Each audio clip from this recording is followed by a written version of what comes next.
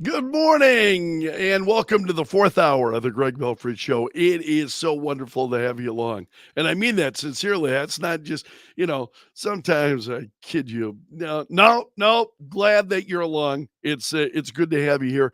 Let's get right to it and see what's going on this morning. Um, and, okay, I'm going to try screen sharing today. So bear with me a little bit. So I want to make sure that I'm sharing the correct screens as we go. I did some homework on this yesterday. I'm trying to get more comfortable with this. The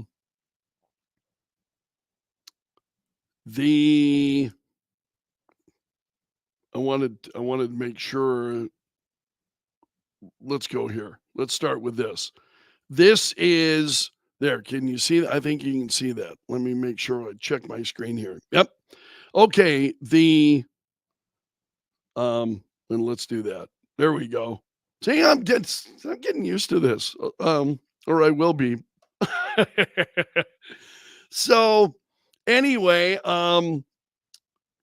this is a piece in Axios this morning, and this is on early voting. Early voting starts this month, and take a look at this. Minnesota, 46 days before the election, and South Dakota, 46 days before the election. Early voting starting. Wyoming right behind, 40 days. Illinois also at 40 days. Pennsylvania, 50 days before the election.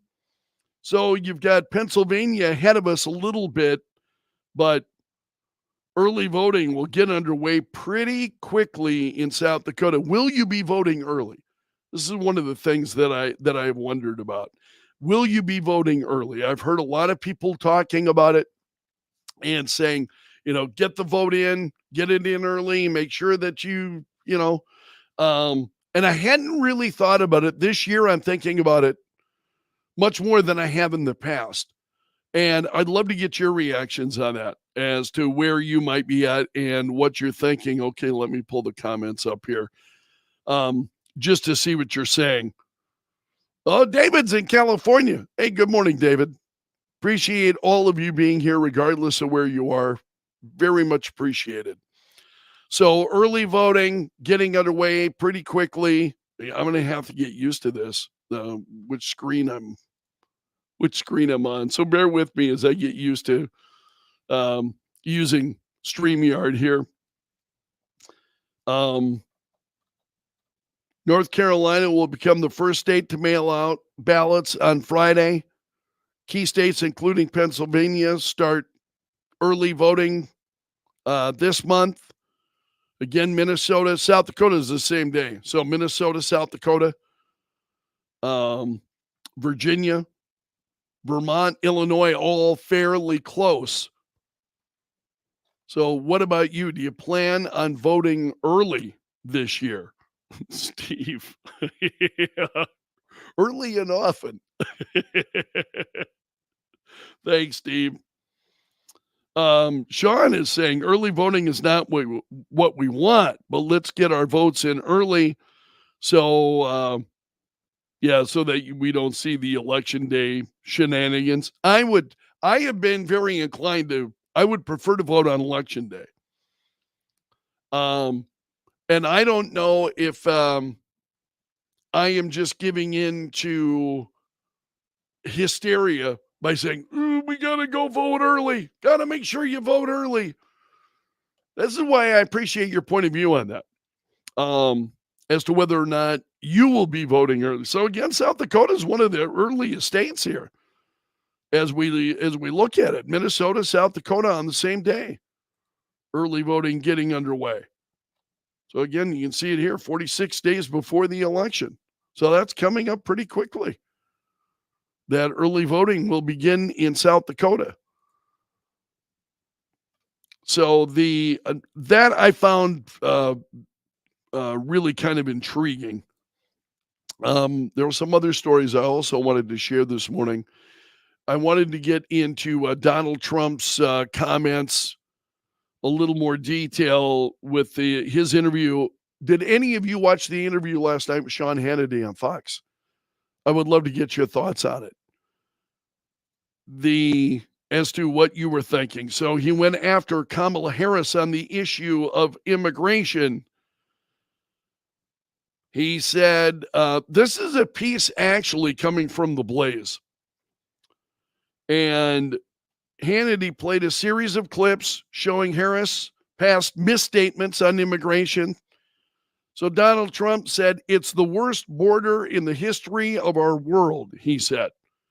He garnered great applause from the audience after promising the largest deportation in the history of our country once elected.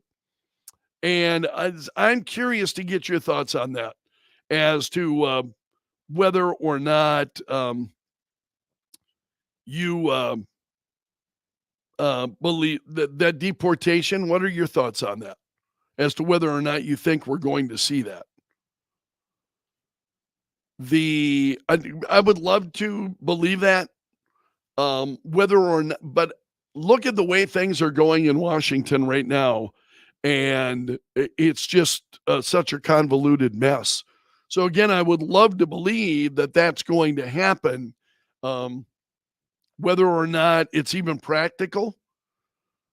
And so once those folks are in the country, in which they're in the country right now. It's one of the reasons I think I am really concerned, as we talked about voting integrity yesterday, and making sure then with that people that vote are have got proof of citizenship to be able to vote, that kind of thing. I'm very concerned about that. I don't know, when you have 35 million people that have been allowed to come into the country who have not gone through the process of becoming citizens. So these are not people that are saying that they want to be Americans. They just want to get the hell out of wherever they're coming from. I mean, conditions across the world are bad, baby. They are bad, and they just want to get out. So they want to get elsewhere. When you've got those 35 million people then that are in the country, who can 35 million. Stop and think about that. And again, you don't need I'm not assuming that all 35 million are going to try to vote. I'm not assuming that all 35 million that are bad actors, not at all. But even if you look at a small percentage of them, that's an overwhelming number of people. And it's one of the reasons why I think those voter integrity efforts, I think, are really, really, really important. So then also Donald Trump telling Hannity last night, he lined up a question for Trump to lambaste Harris on saying she's going to ban fracking. And Trump accused Harris of having notes during the sit-down interview with Dana Bash at CNN, having the questions being given to her beforehand. And Trump said, I know all about notes. It's all right if people know that. But she wasn't supposed to have notes. After every question, she looked down. She had notes. That means she knew the questions, Trump said. Then he talked about the tax breaks. Also, if you let the Trump tax cuts expire, which she wants to do, she wants to terminate them. If you do that, you will suffer the biggest tax increase in history. He says the country will end up in a depression if she becomes president, like 1929. This will be a 1929 depression. She has no idea what the hell she's doing.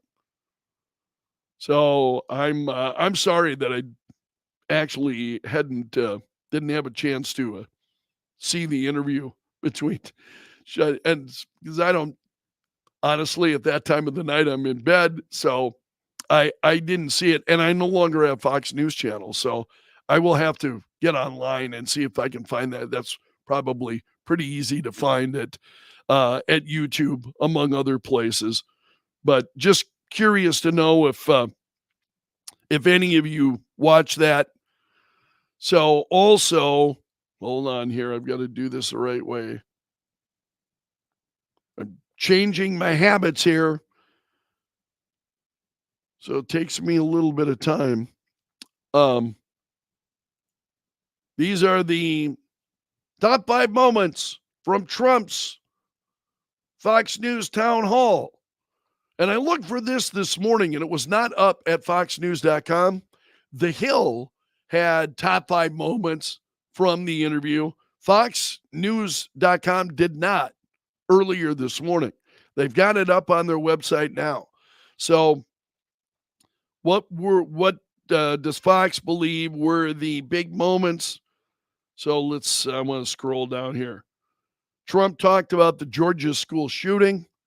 Yeah, and more on that in a little bit. I've got some, we'll check Fox News for that and see what news may be breaking regarding the Georgia school shooting. So Trump vowed to heal our world if he's reelected. Is that too much of a promise that Trump is making? Because that's, he's promising to heal the world. I don't even think he can heal this country. I mean, I would love to believe that, but that is those kinds of promises. I would love to get your thoughts, because that I think that is too much. I would love to believe that Donald Trump's got the power to, but when I look at the nonsense, just bizarro world reaction that so many people have to Donald Trump, no, I don't think Donald Trump can heal the world. We've got some pretty serious things that are going on, and it is Donald Trump, I think, could do a lot. And I would be very excited for him to be president. But when he starts with those kinds of statements, that to me is a little bit too much. I wish he wouldn't go quite so far in some of the things that he's saying. So let's go back to this. He said, it's a sick and angry world for a lot of reasons. We're going to make it better. I think you have to explain how you're going to do that. What steps can you take that will actually do that? Because just promising that is no different than the Democrats. They promise all manner of things. It's promise, promise, promise, promise. And I hate to hear Donald Trump start speaking that way. And I think when you get into this, do I believe that he will make it better? Yes. How is he going to do that? He's got to articulate those things. He said, we're going to heal our world. We're going to get rid of all these wars. That's a boatload of promises just in a few sentences there. That's a lot of promises that you've made. How are you going to do that? Some of us are going to demand to know. And I like Trump. Again, I'm not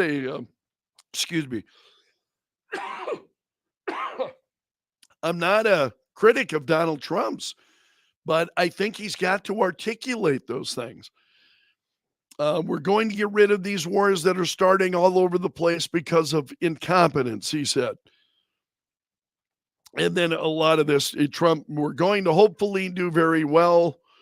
We're going to be very well set up to do a great job, he told Hannity. And also, other takeaways, Fox News, Trump slamming Biden and Harris as clowns, leading the U.S. into World War III, said we're headed to World War III territory. And because of the power of weapons, nuclear weapons in particular, but other weapons also. And I know the weapons better than anybody because I'm the one that bought them, Trump said. We won't have World War III when I'm elected. But with these clowns that you have in there now, you're going to end up having World War III. It's going to be a war like no other, he said. Okay, what are some of the other big takeaways? He went after border czar Kamala Harris, telling Hannity they want open borders. She wants open borders. Now she's all of a sudden said, I think we're closing the borders. She was the border czar, whether you like it or not. But even if you don't want to use that term, she was in charge of the border. And this is where I agree with Trump. And I'm always glad to hear him really focusing on some of these issues. It was the worst border in the history of the world, not just here. There's never been a country that allowed 21 million people to come over in a 3-year period. That's never been. And 21 million people, many of whom are from prisons, many of whom are murderers and drug dealers and child traffickers. And he said, and by the way, women traffickers, women trafficking is the biggest, and they're traffickers in women. They're coming in now. They're putting them in Social Security accounts. They're putting them in Medicare. And just one thing, if you take a look. Over the last week, I said this was going to happen. And it's happening because these people are tougher than our criminals are. Our criminals are nice people by comparison. So he's talking about the people that are coming into the country. One of the other takeaways, Trump saying we'll face the 1929 style depression. I've already shared that with you. Trump touting a tough stance against Russia. I was the toughest on Russia. Putin would even say, if you're not the toughest guy, you're killing us. Trump said that was when they were talking about the Nord Stream pipeline. This was the biggest job they've ever had, and I stopped it, Trump said. And so that's it. So that's most of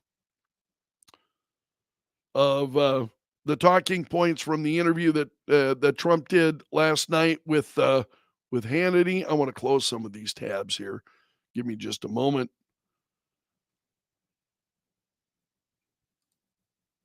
Robert said, I like Trump, but Mexico didn't pay for the wall. Absolutely. They didn't. See, and that's one of the things that I concern myself with when Donald Trump starts talking that way. It's bothersome to me. Again, because the country is an absolute mess. It's a disaster. And if you want to be the guy coming in to clean it up, you've got to be very articulate, I think, and this is why I will be very interested and intrigued to see what happens in this debate coming up on Tuesday night, the ABC News debate. Trump has got to be specific on these issues, and he has got to take, 2 or 3 of those issues and hammer the hell out of them, just repeatedly over and over and over, to the point where you and I just get sick of hearing him talk about it. And I think with some of the promises, it just gets a little bit too, it just goes sideways. With he's saying, we're going to do this, we'll do this. Yeah, but explain how you're going to do that. I think, I demand more than that. I really do. And you should too. How are you going to do that? Don't just tell us what we want to hear. Because I think we understand that things right now are pretty rough. So don't just tell us what we want to hear. The Democrats do that. I mean, if I was inclined to just, respond to whatever I heard that I liked, I would absolutely have remained a Democrat, because they're telling you everything you like, and the reality is not so good.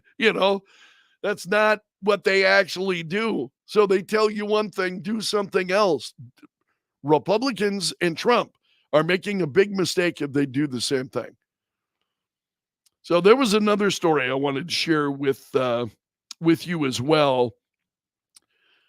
And this is Chuck Schumer. Here we go. This is from Breitbart. During an interview with ABC News yesterday, Senate Majority Leader Chuck Schumer said the only way to keep the government funded is through a bipartisan bill. And so the host asked him about Speaker Johnson and this about the voter ID legislation that is attached to the government funding bill, and asked Schumer, would you put it up for a vote, or are we looking at a government shutdown here? And Schumer responds with she had to ask this question repeatedly, at least 3 times, and I'll go through it. So she came back to it, circling back, trying to pin him down as to whether or not he would do it. And Schumer, it was just the same thing over and over again. Schumer said, Speaker Johnson should learn from the past. You can only keep the government funded in a bipartisan way. You can't have a group of Republicans led by these hard-right, hard-nosed Republicans who don't even represent the whole Republican Party, put together a proposal with all kinds of poison pill legislation. So he goes on, you've tried to appease the right wing, blah, blah, blah, blah. So you get it. So we're ready to negotiate a bipartisan bill. Any bipartisan bill is going to be junk.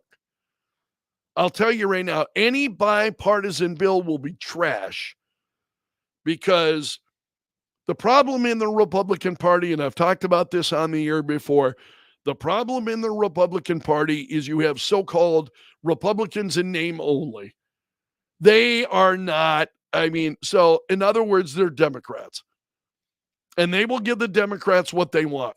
They're they're moderate. I'm a moderate. So what that means is you give the Democrats what they want. And you stand really for nothing. And so, again, I've got to give credit here to Kana Whitworth because she kept after him and saying that there are Democrats who support this idea about this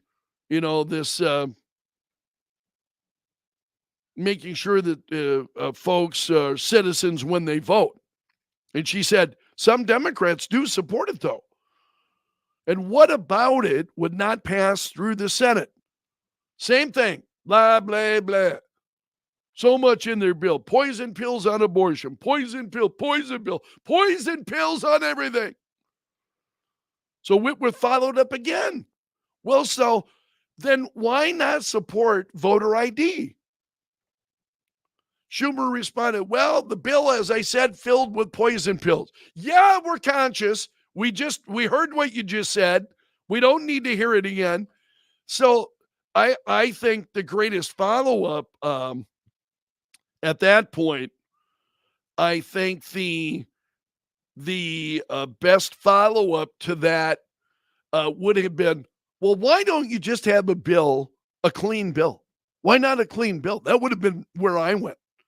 Okay, because she hit him with that same question 3 times. Okay, so why are you not? And it was the same nonsense answer. So he's obviously not going to move, right? Poison pills.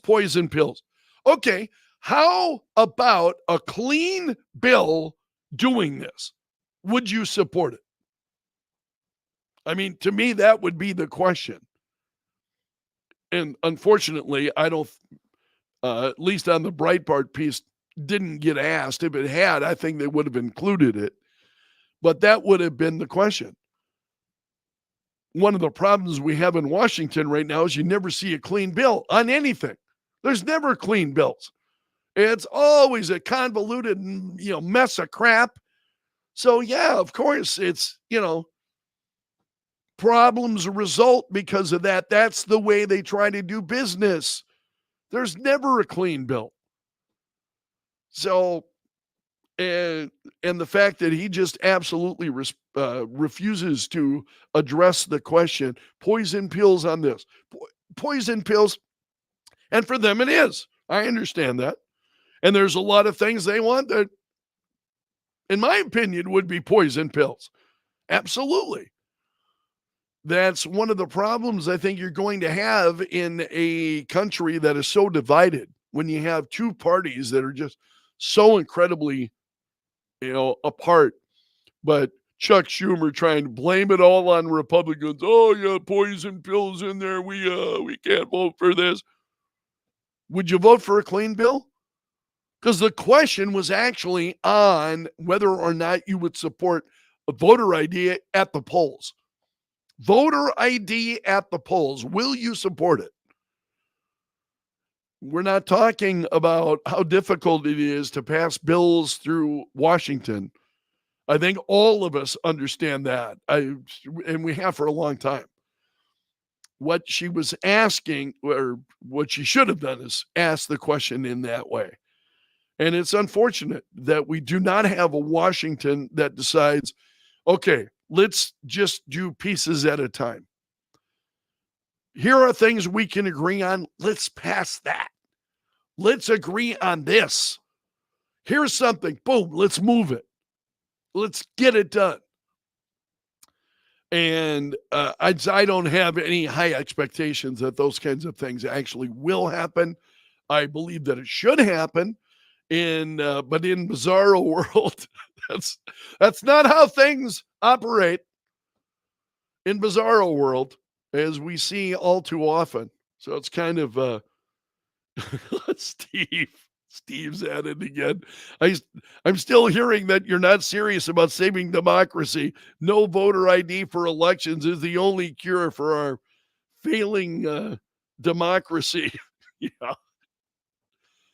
And this is where it's one of those things, you and I get it. Again, the look on Main Street is always so clear. The Main Street view, in other words, the common sense view on a lot of these things is just always so clear and obvious. And the difficulty that Washington has is just so frustrating. And Chuck Schumer, again, with, at least, again, I give ABC some credit there, where they're trying to get an answer on the issue, and he's just refusing to play ball. And unfortunately, that's the way things are, I think, just all too often anymore. I also wanted to, this situation in Georgia, the shooting at the high school yesterday, really kind of troubling. So I wanted to see if there's anything new here. Let me refresh this and see if there is nothing really new. So the four people were killed, 9 were injured. And this is a former FBI agent who was on Fox and Friends this morning, saying that law enforcement will have to go back and review the way that it handled the past interactions with the suspected gunman, because, and I talked about that during the conclusion of the program this morning, talked about that in detail. They were investigating that possible school shooting back in May of last year. And I appreciate what Rob DeMarco told Fox. He said, there's only so much you can do when you get those warnings. The local officers went out and interviewed the father, interviewed the son.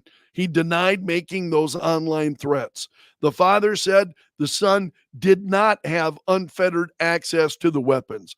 They did what they could, and then they left because there was no probable cause to take other action. And that's what's really troubling, rather, excuse me. I wanted this comment from the student. I was looking for this at the end of the show this morning because I had it in front of me and had trouble locating it. Excuse me. This was a student in a conversation with CBS News. Said this math teacher was killed yesterday, was a real nice person who would really make you feel welcome, he said. And he said the other teacher, he walked up to me, and I had thrown up yesterday, so she asked me if I was okay. I didn't know that was going to be my last time seeing her and talking to her. He described her as being real nice to students. A teacher would often tell random jokes. You're hearing the same thing about the male teacher who was killed, that he was just an incredibly nice guy. Students thought highly of him. And he's saying the same of this female teacher who was killed. You could get a question wrong on the board. She would not make you feel dumb. She would make you feel welcome, he said. and he was going to the bathroom at the time the shooting happened. He says, I think I heard a boom, boom, but at first it didn't come to mind that it was a gunshot. My instinct was to run back to class. It didn't feel real. So these are some of the videos that are out there. Video showing a gun lying on the floor. Weapon could be seen. And investigators then zeroing in on the suspect's internet history. So I think there's going to be a lot of information that that'll be forthcoming in the days ahead. And again, I really don't want to. I think I just want to see what we learn. I don't want to speculate, especially about shootings. I really don't. So I don't speculate. Let's just wait and see what we learn moving forward. Was there anything we could have done to try to make it more difficult for this guy? Remains to be seen. We'll find out more. So we'll leave it there. Steve, Steve cracks me up. CNN rehiring the bald fat guy. Brian Stelter tells me that CNN executives believe Trump will win, so they're getting their Trump team back together so maybe they can get some ratings again. Trump was good for CNN. Yeah, he was. He really was during that. Robert, I appreciate your comment. Robert saying, this won't be popular, but I think the parents need to be looked at. He was only 14 years old. Yeah, absolutely. Take a look at parents and what's going on with the parents. I think we're going to learn more. So at this point, I'm taking a wait and see, and we'll see which direction the investigation goes. I want to thank you for joining me this morning. It's my daily time for my daily plea. Please hit the like button. Hit the like button. Tell your friends. Let them know about what, and I'm talking about like-minded friends. If you've got because all of us have like-minded friends, let one like-minded friend know about the 4th hour that we're doing, whether it's on Facebook or YouTube. Either place they can join us. If they're already a follower on Facebook, it's again, the video's there. Or if they're on YouTube, let them know about it on YouTube. Just let one person know. And it's just incredibly important that you hit the like button. So please do that for me. And we'll leave it there for today. I want to thank you so much for letting me join you, spending a little bit of time together this morning. You take care. Hope to see you again tomorrow. So long until then, my friend, and may God bless.